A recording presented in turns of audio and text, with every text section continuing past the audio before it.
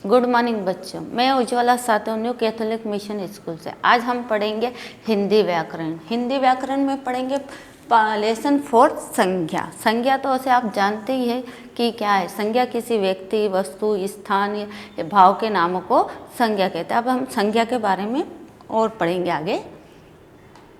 संज्ञा की परिभाषा क्या है?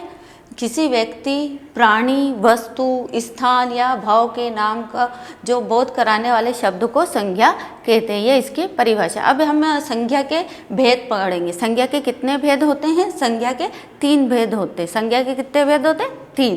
पहला कौन सा होता है? व्यक्तिवाचक संज्ञा। पहला कौन सा होता है? व्यक्तिवाचक। दूसरा जातिवाचक, तीसरा भाववाचक। संज्ञा के कितने भेद हो गए? व्यक्तिवाचक, जातिवाचक और भाववाचक। अब सबसे पहले हम व्यक्तिवाचक संज्ञा पढ़ेंगे। व्यक्तिवाचक संज्ञा किसे कहते हैं? किसी विशेष व्यक्ति या वस्तु, स्थान अथवा आदि के नामों का जो बोध कराते हैं उन शब्दों को क्या कहते हैं? व्यक्तिवाचक संज्ञा। व्यक्तिवाचक संज्ञा मतलब कोई विशेष व्यक्ति हो, विशेष किसी जगह का नाम हो, उसका जो बोध कराते हैं उसको हम क्या कहते हैं? व्यक्तिवाचक संज्ञा। जैसे महात्मा गांधी। महात्मा गांधी क्या एक विशेष व्यक्ति है, उनके जैसा कोई दूसरा नहीं हो सकता, तो क्या उनकी एक विशेषता, एक महान व्यक्ति है, तो ये क्या कहलाएंगे? व्यक्तिवाचक संज्ञा में आ जाएंगे। जैसे ये ताजमहल। ताजमहल क्या है? ताजमहल एक विशेष और महत्वपूर्ण इमारत है, जिसको मतलब विश्व में वो एक ही है। उसकी क्या विशेषता है? वो विश्व में एक है, तो ये क्या कहलाएगा? व्यक्तिवाचक संज्ञा। जो अब ये देखो रामायण। रामायण क्या है? विश्व में एक ही रामायण है, जिसको बहुत अच्छे से पढ़ा लिखा जा सकता है और वो विश्व में एक ही है। उसकी विशेषता क्या है? ये पूरे विश्व में एक ही, इसलिए ये क्या कायम में आ जाएगा? व्यक्तिवाचक संज्ञा में आ जाएगा। अब हम पढ़ेंगे जातिवाचक संज्ञा। अभी हमने पढ़ी व्यक्तिवाचक संज्ञा। व्यक्तिवाचक संज्ञा में क्या देखा हमने? कोई विशेष व्यक्ति या विशेष वस्तु या विशेष स्थान के नाम को व्यक्तिवाचक संज्ञा कहते हैं। अब हम पढ़ेंगे जातिवाचक संज्ञा। जातिवाचक संज्ञा किसे कहते हैं? एक ही जाति या वर्ग के सभी प्राणियों, वस्तु अथवा स्थानों के नामों का बोध कराने वाले शब्दों को जातिवाचक संज्ञा कहते हैं। मतलब एक ही वर्ग मतलब वर्ग में कई होता है, पर जैसे हमने सब्जी शब्द लिया। सब्जी शब्द में बहुत सारी सब्जियाँ आती, पर हम सब्जी बोलेंगे तो हमको सिर्फ सब्जियाँ, मतलब एक ही वर्ग का पता चलता है कि यह सब्जी के बारे में कहा गया है। जैसे सैनिक। सैनिक क्या है? कई प्रकार के सैनिक होते हैं। जैसे और सैनिक बोलेंगे तो वो पूरे सैनिकों का बोध कराते, पूरे जितने भी सैनिक होंगे उनका बोध कराएंगे। जैसे फल। फल आप देख लो, फल एक ही प्रकार के नहीं, इसमें कई प्रकार के फल है, पर हम क्या कहेंगे इसको? फल। विद्यालय। अब विद्यालय क्या होता है? पढ़ने का स्थान। वहाँ कई प्रकार के क्लासें वगैरह चलती है, कई मतलब बहुत सारे बच्चे आते हैं, तो ये किसका बोध करा रहा है? विद्यालय। मतलब बच्चों के वहाँ पढ़ाई होती है, सब होता है, इस बारे में बताया ना। उपरोक्त शब्दों से क्रमशः किसी विशेष सैनिक, विशेष फल और विशेष विद्यालय का बोध है ना। विशेष किसी सब्जेक्ट के बारे में हमको पता चल रहा है, बल्कि यहाँ तो उसके संपूर्ण जाति का बोध हो रहा है। और उससे क्या हो रहा है? हमारे को संपूर्ण जाति, मतलब जैसे फल। फल में जितनी भी जाति आती, कौन से भी फल आते हैं उसके बारे में हमको पता चल रहा है। ऐसे ही शब्दों से जातिवाचक संज्ञा है। इन शब्दों, जो शब्द ऐसे आते हैं जिससे हमें पूरी जाति और वर्ग का बोध होता है, वो क्या कहलाती है? जातिवाचक संज्ञा कहलाती है। अब भाववाचक संज्ञा। अब हम क्या पढ़ेंगे? भाववाचक संज्ञा। किसी प्राणी या वस्तु के गुण, दोष, दशा या भाव आदि का बोध कराने वाले शब्द को भाववाचक संज्ञा कहते हैं। भाववाचक संज्ञा किसे कहते हैं?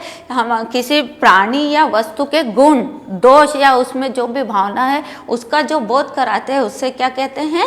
भाववाचक संज्ञा। जैसे आम में मिठास है। आम तो मीठे होते, पर क्या है उसमें? मिठास है। आलस मत करो, आलसी मत बनो या आलस मत करो। चारों ओर हरियाली है। ये क्या? चारों ओर हमको हरियाली दिख रही है, हम उसे महसूस कर रहे हैं। उपरोक्त वाक्य में मिठास, आलस तथा मित्रता शब्द कुछ भावों का बोध करा रहा है। इन शब्दों को भाववाचक संज्ञा कहते हैं। इससे हम केवल क्या कर सकते हैं? महसूस कर सकते हैं। भाववाचक संज्ञा को क्या कर सकते हैं? हम सिर्फ महसूस कर सकते हैं।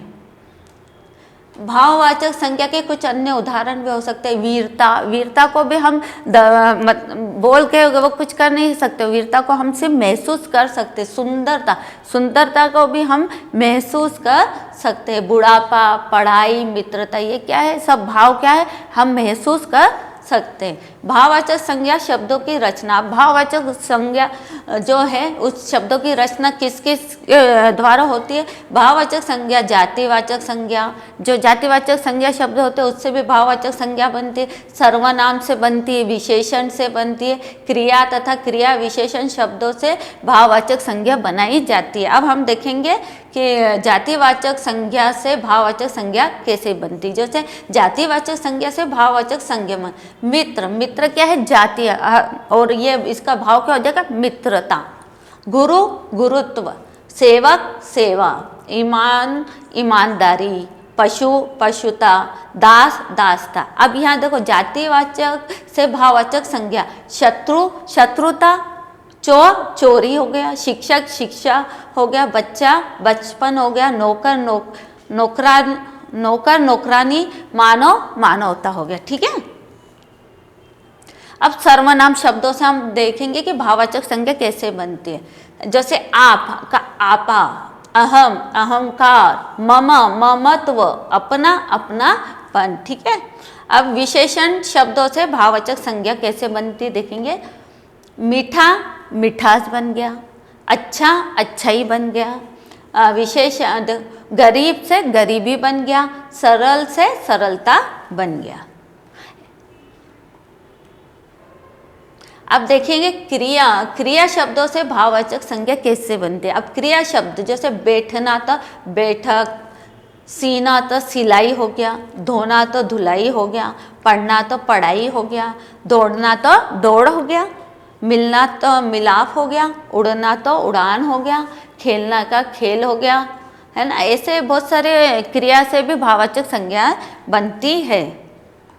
अब क्रिया विशेषण शब्दों से भी भाववाचक संज्ञा बनती है। तो देखिए, कम, कम का मतलब क्या था, इसकी क्या विशेषता बता रहा है। कमी, कमी, ये भी क्या है, जो इसकी विशेषता बता रहा है। ठीक है। नित्य, नित्यता। निकट, निकटता। मना, मनाही।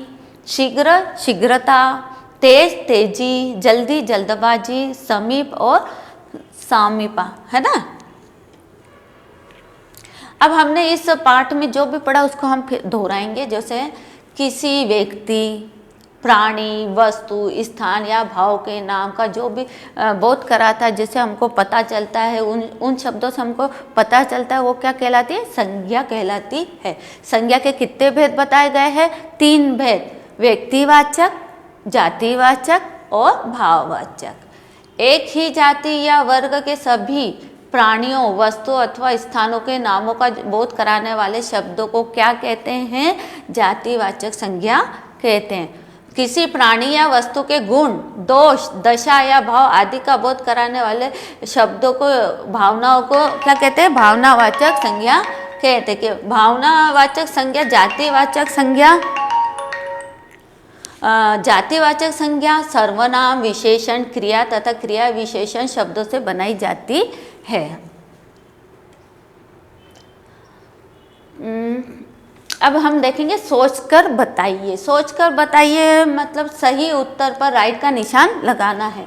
जैसे पहला, किसी विशेष वस्तु, व्यक्ति या स्थान का बोध कराने वाले शब्दों को क्या कहते हैं, व्यक्तिवाचक संज्ञा कहते हैं। दूसरा, किसी प्राणी या वस्तु के गुण, दोष, दशा या भाव का बोध कराने वाले शब्दों को क्या कहते हैं, जातिवाचक संज्ञा कहते हैं। जातिवाचक संज्ञा शब्द कौन सा है, इसमें से सब्जी है, इसमें से कौन सा शब्द आ जाएगा, सब्जी, क्योंकि इस पूरी सब्जी या ना जाति के बारे में इस बताने का है। भाववाचक संज्ञा को किया जा सकता है। भाववाचक संज्ञा को हम महसूस करते हैं। क्या करते हैं, महसूस करते हैं। आलस शब्द से बनी भाववाचक संज्ञा कौन सी हो जाएगी, आलस्य, है ना। अब निम्नलिखित प्रश्नों के उत्तर, ये प्रश्न के उत्तर PDF में है। अब देखेंगे हम क्वेश्चन नंबर 3, उचित संज्ञा शब्दों द्वारा रिक्त स्थानों की पूर्ति करो। जो शब्द दिए हुए हैं उनको अपने को इस फिलिंग द ब्लैंक्स में भरना है। जैसे हम दोनों में गहरी क्या है, मित्रता है। मम्मी पापा प्रतिदिन जाते, मम्मी पापा कहाँ जाते हैं, मंदिर। राजू कल देखने गया, राजू कल क्या देखने गया, ताजमहल। करण पुस्तकालय में कर रहा था, करण पुस्तकालय में क्या कर रहा था, पढ़ाई कर रहा था। अब भगत सिंह क्या है, एक वीर क्रांतिकारी थे। अब क्वेश्चन नंबर 4, संज्ञा शब्दों के सामने उसके भेद लिखना है। जैसे सुंदरता, सुंदरता क्या है, भाववाचक संज्ञा है। सुंदरता को हम मतलब भाव महसूस कर सकते हैं। गंगा, गंगा क्या है, एक व्यक्तिवाचक संज्ञा क्योंकि यह एक विशेष स्थान रखती है। स्वर्ण मंदिर, स्वर्ण मंदिर भी क्या हो गया, व्यक्तिवाचक संज्ञा हो गई। किसान, किसान क्या है, जातिवाचक संज्ञा क्योंकि ये सभी किसानों के जाति या वर्ग के बारे में हमें इससे पता। अब देखो मोर, मोर क्या है, जाति, किसी पशु पक्षी की जाति के और वर्ग के बारे में बताया गया। बच्चा, बच्चा भी क्या है, जातिवाचक संज्ञा है। अब क्वेश्चन नंबर 5, शब्दों में भाववाचक संज्ञा। जिन शब्दों से हमको भाववाचक संज्ञा बनाना है, जैसे सेवक, सेवक से क्या हो जाएगा, सेवा। मानव, मानव से मानवता। अपना से अपनापन हो जाएगा। गरीब से गरीबी। प्यासा से प्यास। अच्छा से अच्छाई।